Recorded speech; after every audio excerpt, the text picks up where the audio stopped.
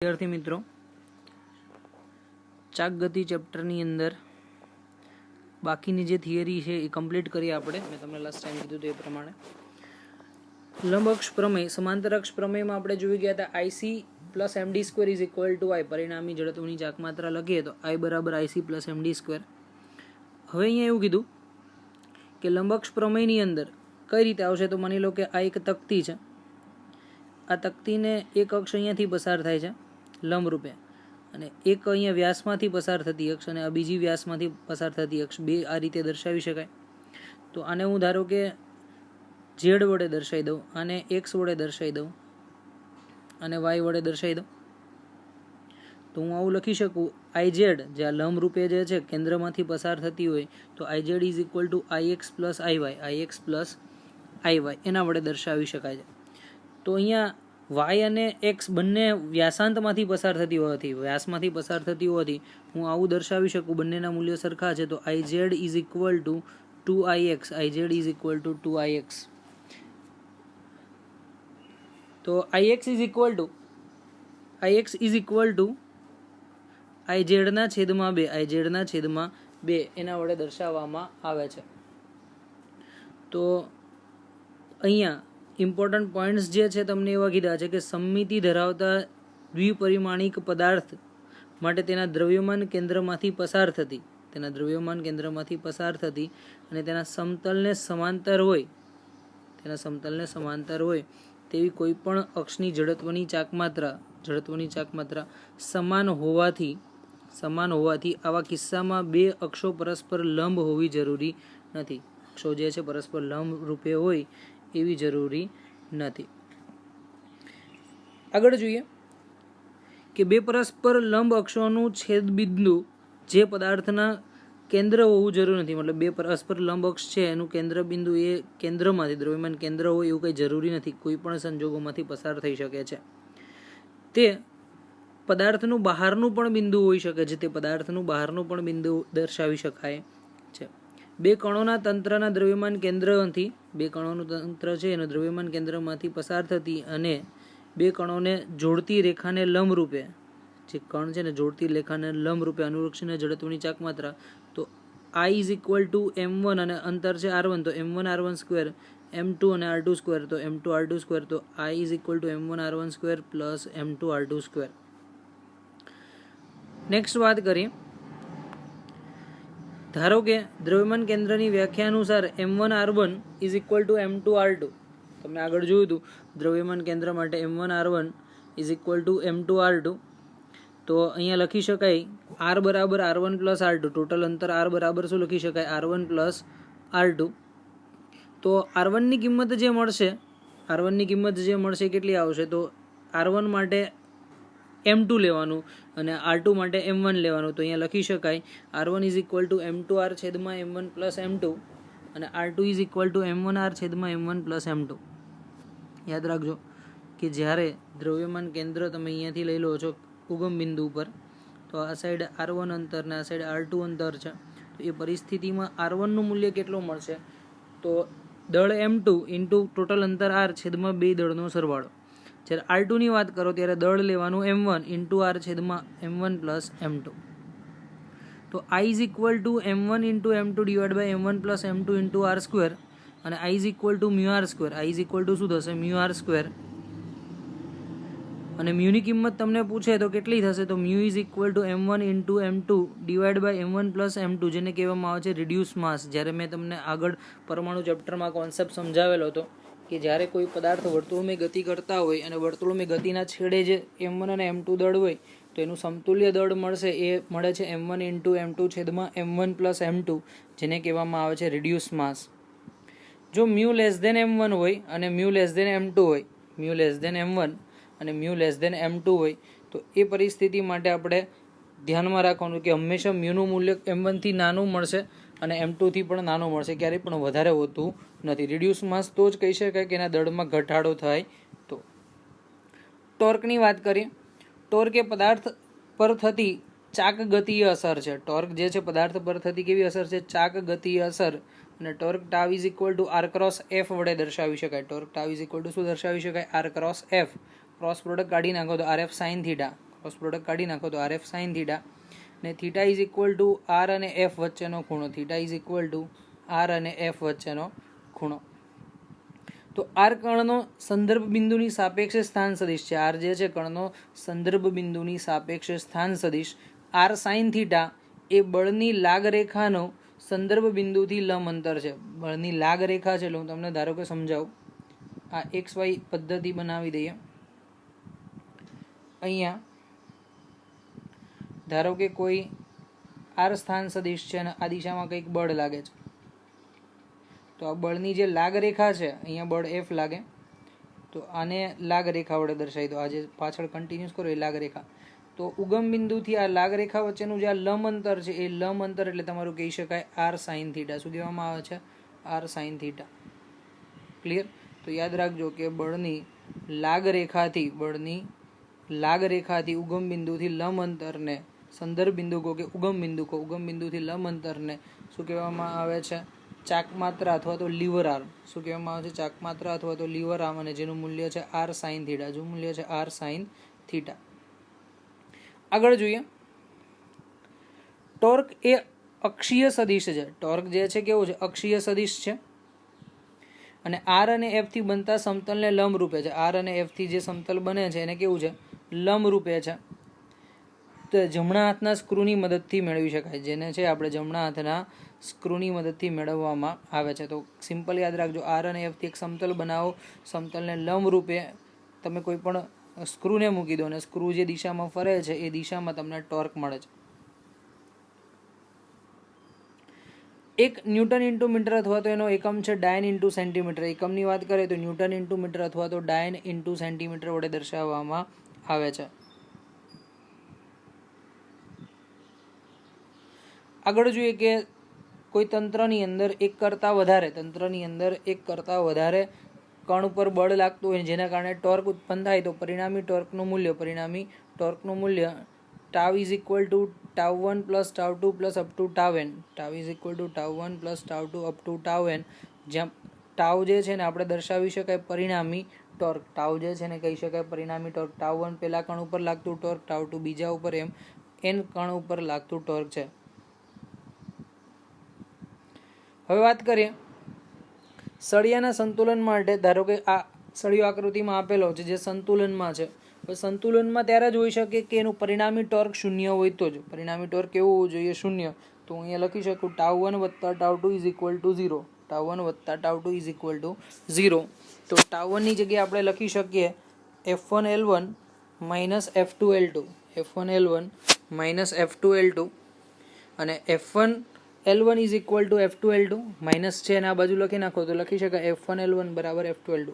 તો તમે કહેશો કે સર આવું કઈ રીતે? તો હું સિમ્પલ તમને સમજાવી દઉં.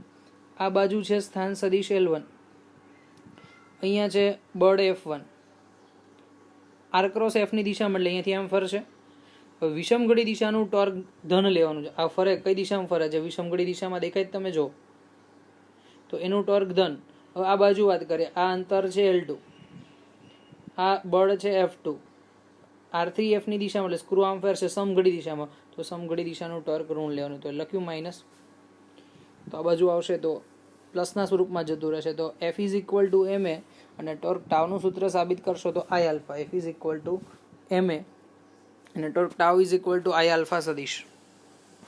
બળયુગ્મ જ્યારે બે બળો સમાન મૂલ્યના અને પરસ્પર વિરુદ્ધ દિશામાં પરંતુ એક રેખસ્થ ન હોય, સમાન મૂલ્યના પરસ્પર વિરુદ્ધ દિશામાં અને એક રેખસ્થ એટલે એક રેખામાં ન હોય તો તે જોડકાને બળયુગ્મ કહે છે. જે જોડકું મળે છે જોડકાને શું કહેવામાં આવે છે? બળયુગ્મ કહેવામાં આવે છે.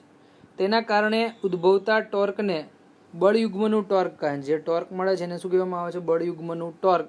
તો ટોર્ક બરાબર એક બળનું મૂલ્ય ગુણ્યા બે બળો વચ્ચેનું લંબ અંતર. એક બળનું મૂલ્ય, બેમાંથી કોઈ એક બળનું મૂલ્ય લઈ લો અને બે બળ વચ્ચેનું લંબ અંતર. તો ધારો કે હું તમને એમ કહું કે અહીંયા આ સળિયો છે, ઉપરની બાજુ કંઈક બળ લાગે છે F1, નીચેની બાજુ કંઈક બળ લાગે છે F2. બંને બળ સરખા જ છે. તો આ સળિયો જે છે કઈ રીતે ફરશે? તો અહીંયાથી આમ ગોળ ફરશે આ રીતે, કારણ કે આ બાજુથી આમ ઉપર જશે, આ બાજુથી આમ નીચે જશે એટલે એ ગોળ ફરશે અને ગોળ ફરવાના કારણે આપણને ટોર્ક મળે છે. અને ટોર્કને આપણે શેનાથી દર્શાવી શકીએ? તો બે બળો વચ્ચેનું લંબ અંતર ગુણ્યા એક બળનું મૂલ્ય, જેને કહેવાય બળની ચાક માત્રા. શું કહેવામાં આવે છે? બળની ચાક માત્રા. તો પદાર્થ પર લાગતા ટોર્કમાં એક બળ બાહ્ય બળ અને બીજું બળ પ્રત્યાઘાતી બળ છે. એક બળ જે છે બાહ્ય બળ અને બીજું બળ છે પ્રત્યાઘાતી બળ છે. જ્યારે બળયુગ્મની અંદર બંને બળ બાહ્ય બળ જ હોય છે. બળયુગ્મની અંદર બંને બળ જે છે એ બાહ્ય બળ જ હોય છે. કોણીય વેગમાન. એક કણનું કોણીય વેગમાન L સદિશ બરાબર R સદિશ ક્રોસ P સદિશ એટલે કે RP sin theta, RP sin theta, જ્યાં theta is equal to R સદિશ અને P સદિશ વચ્ચેનો ખૂણો. થીટા ઇઝ ઇક્વલ ટુ આપણે લખી શકીએ R સદિશ અને P સદિશ વચ્ચેનો ખૂણો, અને P બરાબર mv અને mv ઇઝ ઇક્વલ ટુ કણનું રેખીય વેગમાન. P બરાબર mv અને mv ને શું કહેવામાં આવે છે? કણનું રેખીય વેગમાન. કોણીય વેગમાન અક્ષીય સદિશ છે. કોણીય વેગમાન જે છે કેવું છે? અક્ષીય સદિશ છે. R અને P થી બનતા સમતલને લંબ હોય છે. R અને P થી જે સમતલ બને એને લંબ હોય છે, અને જેની દિશા જમણા હાથના સ્ક્રૂના નિયમથી શોધી શકાય છે. આપણે જે દિશા શોધવાની છે કઈ રીતે? તો જમણા હાથના સ્ક્રૂના નિયમ. હવે જમણા હાથના સ્ક્રૂના નિયમ મતલબ શું કહી શકાય? કે બે સદિશથી જે સમતલ બને છે એ સમતલની રચના કરો અને એને લંબ રૂપે અંગૂઠો રાખો. અંગૂઠો રાખી જે દિશામાં અંગૂઠો ફરે છે એ દિશામાં તમારો પરિણામી સદિશ મળે. ચલો, કોણીય વેગમાન માટે તમે એકમ લખશો તો જૂલ ઇન્ટુ સેકન્ડ અથવા તો અર્ગ ઇન્ટુ સેકન્ડ તરીકે ઓળખવામાં આવે. કોણીય વેગમાનનો જે એકમ છે જૂલ ઇન્ટુ સેકન્ડ અથવા તો અર્ગ ઇન્ટુ સેકન્ડ વડે ઓળખવામાં આવે છે. કોણીય વેગમાનમાં પણ સેમ એ જ ટોર્કની જેમ જ ગણતરી કરી શકીએ. રેખીય વેગમાનનું મૂલ્ય ગુણ્યા રેખીય વેગમાનની લાગ રેખાનું સંદર્ભ બિંદુથી લંબ અંતર. કઈ રીતે? રેખીય વેગમાનનું મૂલ્ય અને રેખીય વેગમાનની લાગ રેખાનું સંદર્ભ બિંદુથી લંબ અંતર. તો રેખીય વેગમાન mv નું મૂલ્ય અને જે લાગ રેખા જે હમણાં જ કીધી હતી આ રીતે કોઈ રેખા છે ને એનું સંદર્ભ બિંદુથી લંબ અંતર, તો આ લંબ અંતર તમારે માપવાનું છે. તો યાદ રાખજો, એક તો રેખીય વેગમાનનું મૂલ્ય અને રેખીય વેગમાનની લાગ રેખાનું સંદર્ભ બિંદુથી લંબ અંતર, અને રેખીય વેગમાનની ચાક માત્રા જેને કહેવામાં આવે છે રેખીય. ત્યાં બળની ચાક માત્રા હતી, અહીંયા શું આવશે? રેખીય વેગમાનની ચાક માત્રા. તો વર્તુળ ગતિ માટે R લંબ P હોવાથી L બરાબર RP. L બરાબર શું લખી શકાય? RP, અને P ની જગ્યાએ mv લખી નાખો તો mvr થશે. શું થશે? mvr. હવે ધારો કે તમારે કિંમત મૂકવાની છે R ની કિંમત, મતલબ તમારે અહીંયા કિંમત મૂકી દો છો m into v into r. આ સમીકરણ તમને આપેલું છે. હું v વડે અહીંયાથી r વડે ગુણાકાર કરું, r વડે ભાગાકાર કરું તો શું લખી શકાય? mr square v by r. આ mr સ્ક્વેર ને કહેવાય વિદ્યાર્થી મિત્રો i અને v બાય r ને કહેવાય ઓમેગા. તો અહીંયા લખી શકાય i ઇન્ટુ ઓમેગા. શું લખી શકાય? i into omega. આ જવાબ. આગળ જોઈએ, dl by dt is equal to i d omega by dt. કારણ કે તમને ખબર છે કે એકમ સમય દીઠ કોણીય વેગમાનનું વિકલન જેને ટોર્ક કહેવાય, ટોર્ક બરાબર i અચળ છે, બહાર જતું રહે. ઓમેગાનું સમય સાપેક્ષ વિકલન જેને કહેવાય આલ્ફા. તો લખી શકાય i આલ્ફા, અને i આલ્ફા બરાબર ટોર્ક ટાઉ. આલ્ફા બરાબર શું લખી શકાય? Torque tau. આગળ વાત કરીએ, જો મોટું ટોર્ક સૂક્ષ્મ સમય માટે લગાડવામાં આવે છે, ખૂબ જ મોટું ટોર્ક છે સૂક્ષ્મ સમય માટે લગાડવામાં આવે છે, તો એના માટે લખી શકાય કોણીય આઘાત. આપણે જે રીતે રેખીય આઘાત મળ્યું હતું ડેલ્ટા પી બરાબર શું લખી શકાય?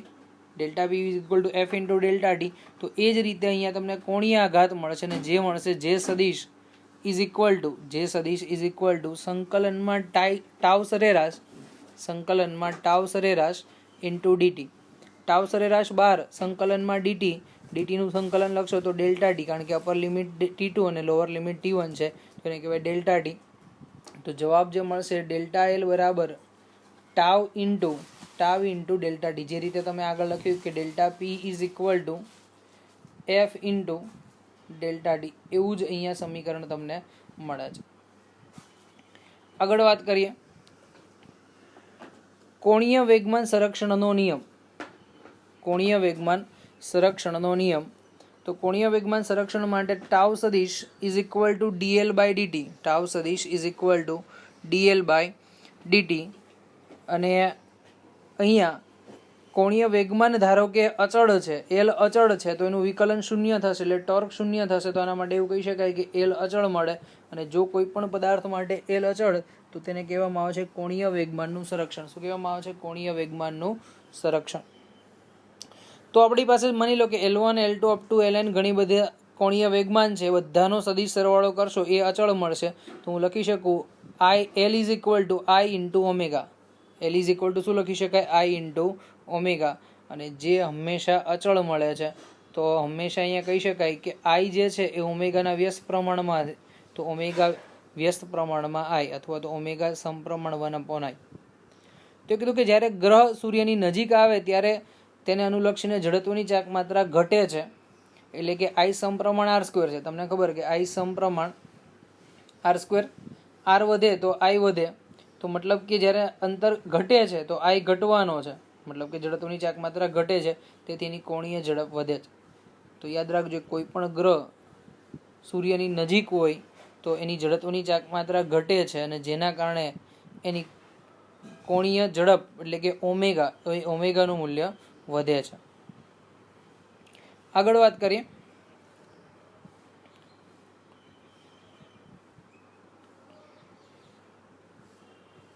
ગ્રહની ત્રિજ્યા અચાનક x ગણી થઈ જાય. ધારો કે કોઈ ગ્રહ છે એની ત્રિજ્યા x ગણી થાય તો પોતાની ધરી પરનો આવર્તકાળ જે છે એ t સમપ્રમાણ I અને t સમપ્રમાણ R square, t સમપ્રમાણ R square, તો અહીંયા લખી શકાય T2 is equal two x square T1. શું લખી શકાય? x square T1. મતલબ એવું કહી શકાય કે જો અચાનક ત્રિજ્યા x ગણી થાય તો એના વર્ગ પ્રમાણે એનું જે આવર્તકાળ છે એ આવર્તકાળ વધશે. યાદ રાખજો કે જો ત્રિજ્યા x ગણી વધે તો આવર્તકાળમાં x ના વર્ગ મુજબ ફેરફાર થાય. ફરીથી તમને કહી દઉં કે ટાઉ સમપ્રમાણ I થશે. હવે I બરાબર શું લખી શકાય? mr square. તો ઇન શોર્ટ હું m અચળ ધારી લઉં તો ટાઉ સમપ્રમાણ R સ્ક્વેર. મતલબ કે જો ત્રિજ્યા બમણી થાય તો આવર્તકાળ છે એના કેટલા ગણો થશે? 4 ગણો થશે. એટલે ઇન શોર્ટ જેટલામાં ગણું મૂલ્ય વધે એના વર્ગ અનુસાર આવર્તકાળ બદલાય છે.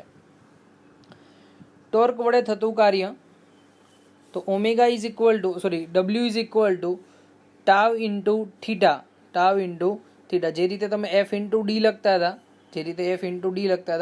એ રીતે અહીંયા તમે શું લખી શકો છો? Tau into theta. યાદ રાખજો કે કાર્યની આપણે વાત કરીએ તો કાર્ય W is equal two F into D, અને F ની જગ્યાએ અહીંયા ટાવ અને ડી ની જગ્યાએ ખૂણો થીટા. માની લો કે ચલ ટોર્ક હોય. ચલ ટોર્કનો મતલબ કે બદલાતું રહેતું, એક ધારું રહેતું નથી. એટલે કે બદલાતા રહેતા ટોર્ક માટે કાર્ય સંકલનમાં tau into d theta, starting from θ1 to θ2. મતલબ કે ખૂણો જે ચેન્જ થાય θ1 થી ચાલુ કરી અને θ2 સુધી ખૂણો બદલાય છે. ફરીથી કહું કે ચલ બળ વડે થતું કાર્ય ક્યાંથી ચાલુ થાય છે?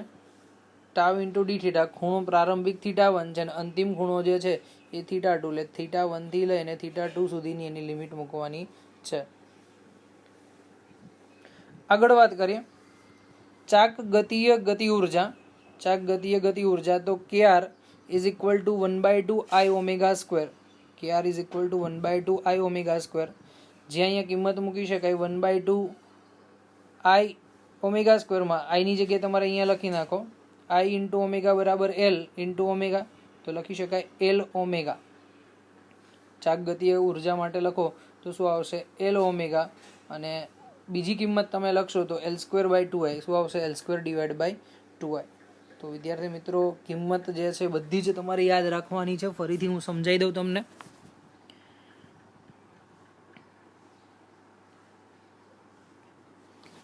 જો બેઝિકલી કિંમત તમે શું લખી શકો? 1/2 I ઓમેગા સ્ક્વેર. ઓમેગાની કિંમતની જગ્યાએ આપણે એમ લખો કે 1/2 I ઓમેગા ઇન્ટુ ઓમેગા, આને કહેવાય L. તો શું લખી શકાય? 1/2 L ઓમેગા. હવે વાત કરીએ L is equal to I omega. તો ઓમેગા ઇઝ ઇક્વલ ટુ એલના છેદમાં આઈ, ચલો મૂકી દો કિંમત, 1/2 L into L upon I, એટલે કે લખી શકાય L square divide by 2i, L square divide by 2i. પાવરની વાત કરીએ તો power p is equal to I omega, power p is equal to tau omega, કારણ કે p બરાબર એફ વી લખતા હતા, એફની સાથે સરખામણી કરો તો ટાઉ અને વીની સાથે સરખામણી કરો તો ઓમેગા, તો અહીંયા લખી શકાય tau omega is equal to I alpha into omega, I alpha into omega, જ્યાં તમે લખી શકો છો I omega into d omega by dt. આલ્ફાની જે કિંમત મળે છે, આલ્ફાની કિંમત અહીંયા કેટલી લખી, ડી ઓમેગા બાય ડીટી. તો ટાઉનું સમીકરણ તમે જો અહીંયા દર્શાવેલું છે કે પી સદીશ, ખાલી પી ઇઝ ઇક્વલ ટુ ટાઉ સદીશ ડોટ ઓમેગા સદીશ. ચલો નેક્સ્ટ પોઈન્ટમાં જોઈએ. જો પદાર્થ સરકતો હોય, કોઈ પદાર્થ જે છે એ ઢાળવાળી સપાટી ઉપર સરકતો હોય, પદાર્થ અને સપાટી વચ્ચે ઘર્ષણ બળ શૂન્ય છે, ઘર્ષણ બળ શૂન્ય છે, તો માત્ર રેખીય ગતિ ઉર્જા આવશે, માત્ર રેખીય ગતિ ઉર્જા આવશે, અને રેખીય ગતિ ઉર્જા આવશે હાફ એમવી સ્ક્વેર. શું આવશે? Half MV square. હવે એમ કીધું કે જો પદાર્થ ચાક ગતિ કરતો હોય, ધારો કે પદાર્થ જે છે એ ચાક ગતિ કરે છે, તો ચાક ગતિ માટે જવાબ શું થશે? 1/2 આઈ ઓમેગા સ્ક્વેર, 1/2 આઈ ઓમેગા સ્ક્વેર. અહીંયા આપણે જોઈએ આઈ ઓમેગા સ્ક્વેરમાં કિંમત મૂકી દો તો 1/2 આઈની કિંમત કેટલી થશે? એમ કે સ્ક્વેર, 1/2 એમ કે સ્ક્વેર. ઓમેગા સ્ક્વેર એટલે કે વી સ્ક્વેર બાય આર સ્ક્વેર, તો લખી શકાય 1/2 એમ વી સ્ક્વેર કે સ્ક્વેરના છેદમાં આર સ્ક્વેર, કે સ્ક્વેરના છેદમાં આર સ્ક્વેર. તો આ તમને અહીંયા જવાબ મળી જશે. હવે 1/2 એમ વી સ્ક્વેર એટલે શું કહેવાય? ગતિ ઉર્જા, રેખીય ગતિ ઉર્જા, તો લખી શકાય કે rotational is equal to K square by R square into આ જે ઉર્જા છે ને કહેવાય કે ટ્રાન્સલેશનલ, ટ્રાન્સલેશનલ એટલે રેખીય ગતિ ઉર્જા, ટ્રાન્સલેશનલ એટલે કે રેખીય ગતિ ઉર્જા.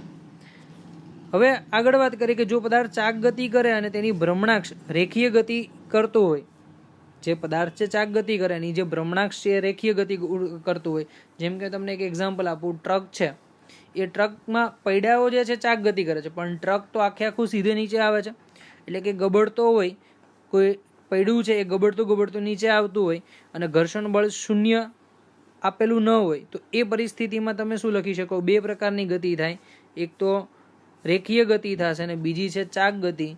તો કે નેટ ઇઝ ઇક્વલ ટુ કે ટી પ્લસ કે આર, કે નેટ ઇઝ ઇક્વલ ટુ કે ટી પ્લસ કે આર. ટ્રાન્સલેશનલ રેખીય ગતિ ઉર્જા 1/2 એમ વી સ્ક્વેર, રેખીય ગતિ ઉર્જા 1/2 એમ વી સ્ક્વેર, અને ચાક ગતિય ઉર્જા હમણાં સાબિત કર્યું એ પ્રમાણે શું લખી શકાય? 1/2 એમ વી સ્ક્વેર ઇન્ટુ કે સ્ક્વેર બાય આર સ્ક્વેર. શું લખી શકાય? 1/2 એમ વી સ્ક્વેર ઇન્ટુ કે સ્ક્વેર બાય આર સ્ક્વેર, અથવા તો બીજું સમીકરણ લખીએ તો હાફ આઈ ઓમેગા સ્ક્વેર વડે દર્શાવવામાં આવે છે. બેમાંથી જો હાફ એમ વી સ્ક્વેર કોમન કાઢ્યું તો પહેલામાંથી તો બધું જ કોમન એટલે 1 વધશે, અને બીજામાં આવશે કે સ્ક્વેર બાય આર સ્ક્વેર, બીજામાં શું આવશે? કે સ્ક્વેર બાય આર સ્ક્વેર. તો આમ તમને ખબર પડી કે ટોટલ તમારી પાસે ગતિ ઉર્જા કેટલી મળે? તો 1/2 m V square, 1/2 m V square in bracket of 1 plus k square by R square. તો તમે હવે સમજી શકો કે પદાર્થને તમે કેમ વર્તુળાકાર સ્વરૂપે રાખવામાં આવે છે. કોઈ પણ ટાયર જે છે અથવા તો મશીનરીની અંદર જે બોલ બેરિંગ્સનું જે હોય એને કેમ વર્તુળાકાર? કારણ કે વર્તુળાકારની અંદર બે પ્રકારની ગતિ થાય, રેખીય ગતિ થાય અને ચાક ગતિ થાય, અને જેના કારણે ગતિ ઉર્જામાં વધારો થાય છે, ગતિ ઉર્જામાં વધારો થાય, અને ગતિ ઉર્જાનો વધારો જે છે એના કારણે આપણે ખૂબ જ મોટા પ્રમાણમાં કાર્ય કરી શકીએ છીએ. તો કીધું કે જ્યારે પદાર્થ ગબડતો હોય ત્યારે તેનું જે બિંદુ સપાટીના સંપર્કમાં હોય તે સપાટીની સાપેક્ષે રેખીય વેગ શૂન્ય થાય. ધારો કે એમ કહું કે આ પદાર્થ અહીંયાથી આમ ગબડે છે, તો આ બિંદુનો વેગ શૂન્ય થશે, અને તેને સરક્યા વિના ગબડતો પદાર્થ કહી શકાય, ને જે શું કહેવામાં આવે છે? સરક્યા વિના ગબડતો પદાર્થ. પછી કીધું કે કુલ ગતિ ઉર્જા K net is equal to, કુલ ગતિ ઉર્જા કે નેટ બરાબર half M V square plus half I omega square, half M V square plus half I omega square, જ્યાં કિંમત તમે મૂકી દો, વીની કિંમત આર ઓમેગા થશે, વીની કિંમત જે છે આર ઓમેગા, તો 1/2 m r square omega square 1/2m r² ω² plus 1/2 I ω², 1/2 I ω². તો બંનેમાંથી કોમન તમે 1/2 કાઢી લો તો વધશે શું? તો અહીંયા I, અહીંયાથી શું વધશે? I. ω² બી કોમન છે એટલે અહીંયા શું વધ્યું? mr². તો અહીંયા લખી શકાય 1/2 કૌંસમાં I વત્તા mr² ઇન્ટુ ω², જ્યાં I પ્લસ mr² ને આપણે IP વડે દર્શાવી શકાય છે. શું લખી શકાય? IP. તો knet બરાબર 1/2 IP ω², knet બરાબર IP ω².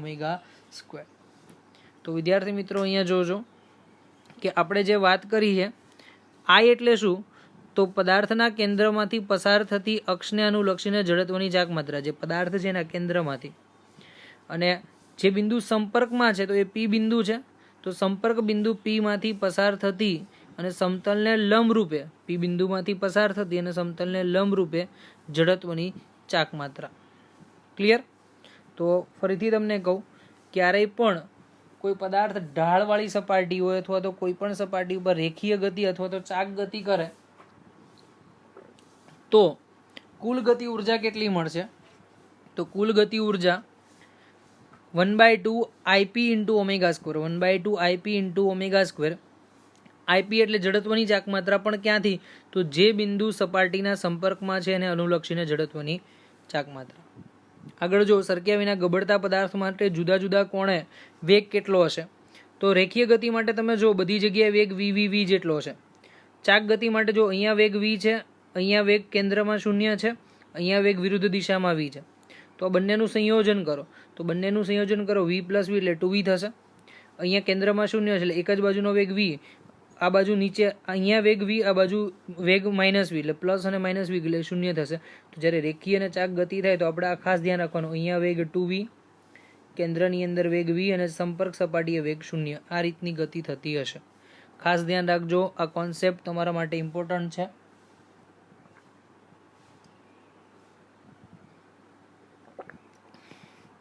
ક્લિયર? હવે નેક્સ્ટ પોઈન્ટ, ઢાળ પરથી સરક્યા વિના ગબડતા પદાર્થ માટે, કોઈ ઢાળ છે એ ઢાળ ઉપરથી સરક્યા વિના ગબડતા પદાર્થ માટે કુલ ઉર્જા શોધવાની છે. મતલબ કે એની માટે ઉર્જા કેટલી હશે, ઊંચાઈ કેટલી હશે, પ્રવેગ કેટલો હશે એ શોધવાનું. તો હાઇટ h જેટલી ધારો કે લઈ લઈએ, તો એની પાસે સ્થિતિ ઉર્જા હશે mgh. સ્થિતિ ઉર્જા કેટલી હશે? mgh. mgh is equal to શું લખી શકાય? નીચે પહોંચે તો શેમાં ફેરવાઈ જશે? ગતિ ઉર્જામાં. તો ગતિ ઉર્જા બે પ્રકારની છે, એક તો રેખીય અને બીજી છે ચાક ગતિય. તો 1/2 mv² in bracket of 1 plus k² r², જે હમણાં જ સાબિત કર્યું. અચળ વસ્તુ જે હોય એને ઉડાડી નાખો.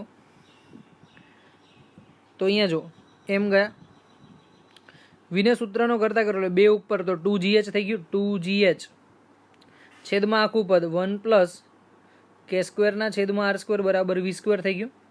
મારે ખાલી v જોઈએ તો વર્ગમૂળ કરી નાખો, તો v બરાબર વર્ગમૂળની અંદર 2gh, વર્ગમૂળની અંદર 2gh છેદમાં 1 plus k² r², 1 plus k² r². હવે તમને ખબર કે ઉપરથી નીચે આવતો હોય પદાર્થનો પ્રવેગ એ બરાબર g sin θ થાય, તો ખબર જ છે. પણ ચાક ગતિ હોય તો ચાક ગતિ માટે પ્રવેગ કેટલો થાય? તો g sin θ છેદમાં 1 પ્લસ k² r². કેટલો આવશે? g sin θ છેદમાં 1 પ્લસ k² r². આગળ વાત કરીએ, ઘર્ષણ થતું હોય તો ઘર્ષણના કારણે પ્રવેગની અંદર ઘટાડો થાય, તો આ બાજુ તમારું g sin θ, ઉપરની બાજુ આભાસી, તો અહીંયા લખી શકાય g sin θ minus a, g sin θ minus a. તો કિંમત તમે લખી શકો છો g sin θ, એની કિંમત લખો g sin θ છેદમાં 1 પ્લસ k² ના છેદમાં r². બેમાંથી કોમન લખી નાખો, g sin θ કોમન, કૌંસમાં શું આવશે? 1 માઇનસ 1/1 પ્લસ k² r². તો આનું સાદુરૂપ આપી દો, અને સાદુરૂપ ઉપરથી જે કિંમત તમને મળશે એ કિંમત કેટલી મળશે? તો વ્યસ્ત થઈ જશે. તો g sin θ divide by 1 plus r² k². કેટલો આવશે? 1 plus r² divide by k². અને ઘર્ષણ બળ તમે લખી શકો F બરાબર ma ડેશ, F બરાબર ma ડેશ. હવે પદાર્થ ઉપરથી નીચે પહોંચે ત્યારે લાગતો સમય કેટલો હોય? તો એ સમય તમને મળે છે, આપણે આગળ અત્યાર સુધી એવું લખતા હતા 2h ના છેદમાં g એનું વર્ગમૂળ, 2h ના છેદમાં g એનું વર્ગમૂળ. તો અહીંયા લખી શકાય એકના છેદમાં સાઇન થીટા, એકના છેદમાં સાઇન થીટા, કૌંસની અંદર 2h/g, કૌંસની અંદર 2h/g 1 + k² r² 1/2 આ યાદ રાખજો. આ સમીકરણ એનું પણ યાદ રાખજો. બે ઘણી વખત દાખલા તમને પૂછાય છે. તો શું લખાય? t બરાબર એકના છેદમાં સાઇન થીટા કૌંસની અંદર 2h/g in bracket of 1 + k² r² અને આખા કૌંસની 1/2. તો અહીંયા એવું કીધું છે કે k²/r² એ જડત્વની ચાકમાત્રાનું માપ દર્શાવે છે. k²/r² જે છે એ જડત્વની ચાકમાત્રાનું માપ દર્શાવે છે, જે પદાર્થના આકાર પર આધાર રાખે છે, પદાર્થના દળ કે ત્રિજ્યા પર આધારિત નથી. પદાર્થના આકાર પર આધારિત છે, એની દળ કે ત્રિજ્યા પર આધારિત નથી. ફરીથી કહું કે k²/r² જે છે એ જડત્વની ચાકમાત્રાનું મૂલ્ય દર્શાવે છે અને એ પદાર્થના આકાર પર આધારે કે એના દળ અને ત્રિજ્યા પર આધારિત નથી. આથી એક એવો પદાર્થ ધરાવતા નાના કે મોટા, હલકા કે ભારે પદાર્થ માટે, નાના અથવા તો મોટા, હલકા અથવા તો ભારે પદાર્થ માટે ઢાળના તળિયે વેગ, તળિયે પહોંચતા લાગતા સમય અને રેખીય પ્રવેગના મૂલ્ય સમાન હોય છે. તો યાદ રાખજો, કોઈ પદાર્થ નાનો હોય કે મોટો હોય, હલકો હોય કે ભારે હોય, એ બધા જ પદાર્થ માટે જ્યારે તળિયે પહોંચે છે તો તળિયે પહોંચતા સમય અને એનો પ્રવેગ બંને સરખા મળે છે. સમય પણ સરખો હશે અને એનો પ્રવેગ પણ સરખો હશે. આગળ વાત કરીએ, જે પદાર્થની જડત્વની ચાકમાત્રા વધુ હોય તો k²/r² ગુણોત્તર વધારે મળે અને પ્રવેગના મૂલ્યો ઘટે છે. અને પ્રવેગનું મૂલ્ય ઘટે જ્યારે સમયનું મૂલ્ય વધે, એટલે સમય વધશે તો પ્રવેગ ઘટે છે. સમાન આકાર ધરાવતું પરંતુ નક્કર અને પોલા પદાર્થ માટે, સમાન આકાર ધરાવતો માની લો કે આ ગોળો છે અને આ નક્કર ગોળો છે અને આ પોલો ગોળો છે. આ પોલો ગોળો લખી દો અને આ નક્કર ગોળો છે. તો એમ કીધું કે જડત્વની ચાકમાત્રા નક્કર માટે ઓછી હશે અને પોલા ગોળા માટે વધારે હશે. આથી નક્કર પદાર્થ માટે વેગ જે છે અને પ્રવેગ બંને વધારે હશે અને સમય ઓછો લાગશે, જ્યારે પોલા પદાર્થ માટે એ સમય વધારે હશે અને વેગ પણ વધારે હશે.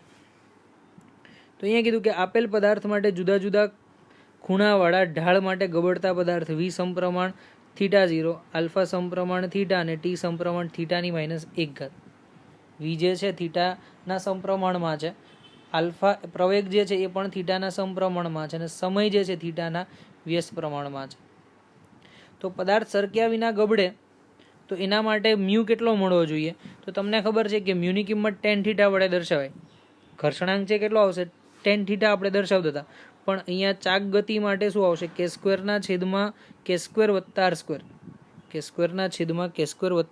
Into tan θ.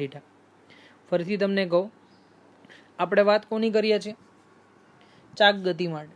તો ચાક ગતિ માટે જે tan θ મળે છે એની સાથે કોનો ગુણાકાર કરવાનો? તો k²